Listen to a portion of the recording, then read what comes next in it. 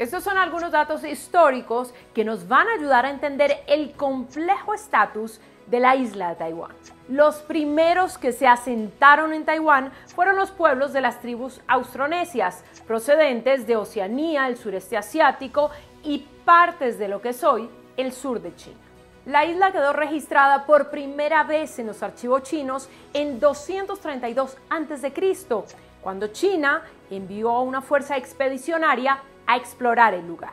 Y este es precisamente un hecho que Pekín cita para respaldar sus reclamos territoriales.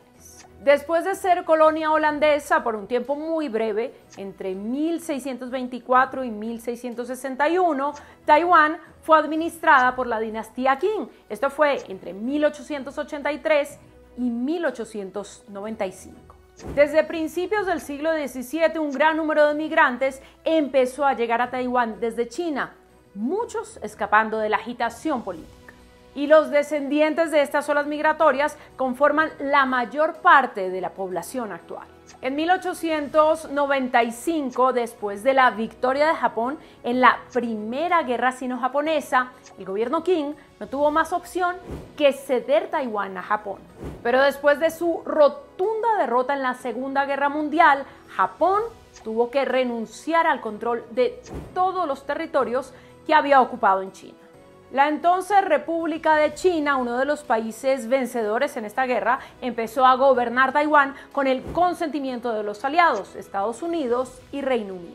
Sin embargo, la Guerra Civil de China, que se había iniciado en 1927, continuó tras la Segunda Guerra Mundial y pocos años más tarde, las tropas del gobierno de Chiang Kai-shek fueron derrotadas por las fuerzas comunistas lideradas por Mao Zedong.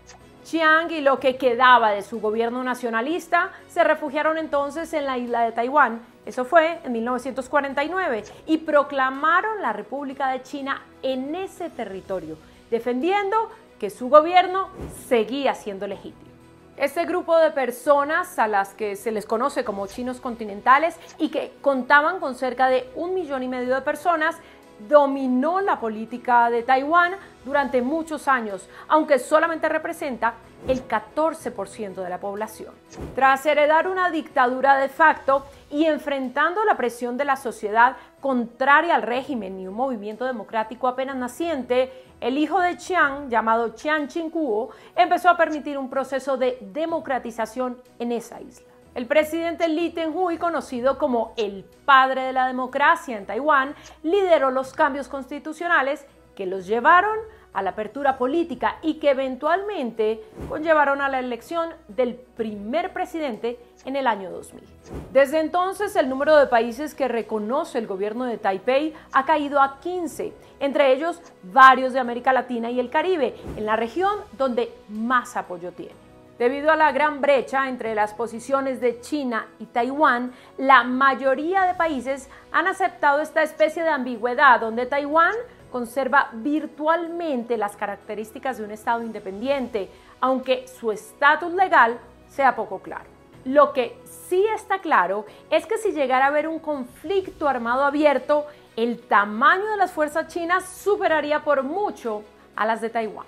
Diplomáticamente, Estados Unidos se apega a la política de una sola China, que reconoce solo un gobierno chino en Pekín y tiene vínculos formales con China y no con Taiwán.